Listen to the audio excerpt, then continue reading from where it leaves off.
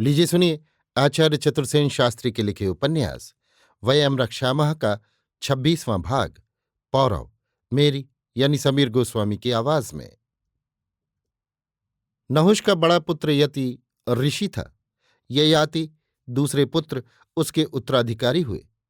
ये बड़े भारी धर्मात्मा मंत्रदृष्टा और समर्थ पुरुष थे। इनका सैन्य बल असीम था। उन्होंने पृथ्वी को जीतकर धर्मराज्य स्थापित किया। ये अभिमानी थे। इनकी दो स्त्रियां थीं। एक दैत्य याजक शुक्र की कन्या देवयानी, दूसरी दैत्यराज वृषवर्षा की कन्या शर्मिष्ठा।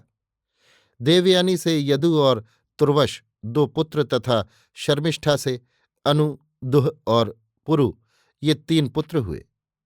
पुरुरवा, नहुष और ययाति तीनों ही वेदऋषि थे।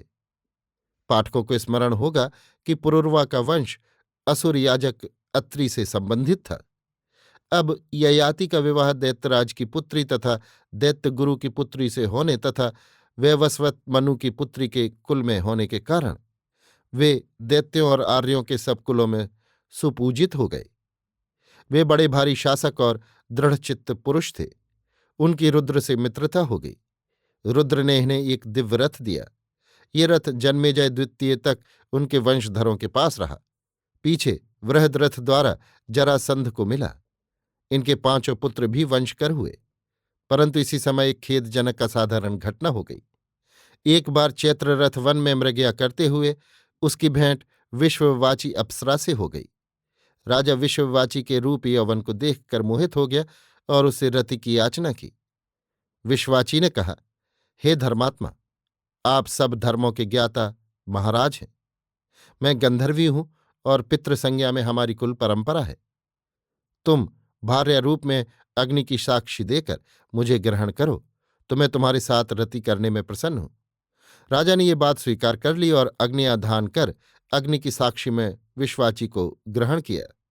परंतु वृद्ध और मंदवीर शिथिलेंद्रिय ययाति उस कामोन्मत्ता रूप गर्विता मुखरा नायिका विश्वाची के साथ रति करने में असमर्थ रहा।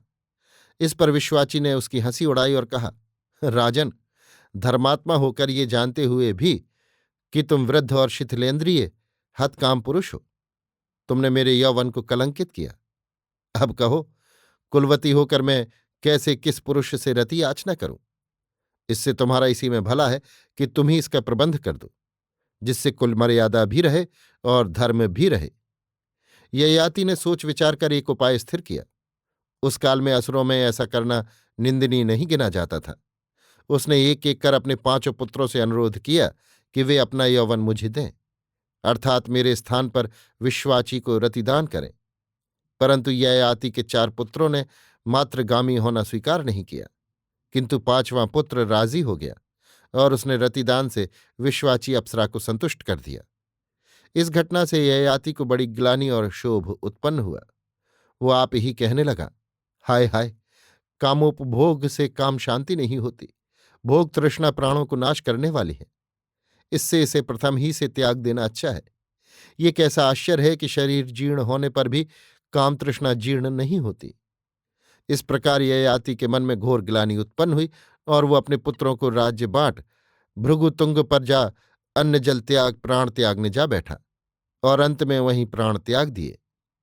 महाराज ययाति 14 द्वीपों के स्वामी थे। उन्होंने अपना राज्य इस प्रकार अपने पुत्रों को बांट दिया। दक्षिण पूर्व के भूभाग का राज्य तुर्वशु को दिया, जहां आजकल रीवा रियासत है। चंबल के उत्तर यमुना के पश्चिम की दिशा में दुह को दिया। गंगा यमुना के द्वाव के उत्तर में अनु को राज्य दिया और ईशान में चंबल बेतवा और केन के मध्यवर्ती देश यदु को। अंत में मध्य देश में पुरु को राज्य दे उसे अपनी प्रधान गद्दी दी। इस प्रकार पुरु, दुह, अनु, तुर्वुर्ष और यदु इनके पृथक पृथक राज्य स्थापित हो गए और उनके मुख्य घराने के शासक ययाति के सबसे छोटे पुत्र पुरु हुए। उन्हीं के नाम पर पौरव वंश चला। पुरु प्रतिष्ठान में राजधानी बना, गंगा यमुना के मध्यवर्ती द्वावे पर शासन करने लगे। अभी आप सुन रहे थे आचार्य चतुर्सेन शास्त्री के लिखे उपन्यास वयम रक्षामः का 26वां भाग पौरव मेरी यानी समीर गोस्वामी की आवाज में।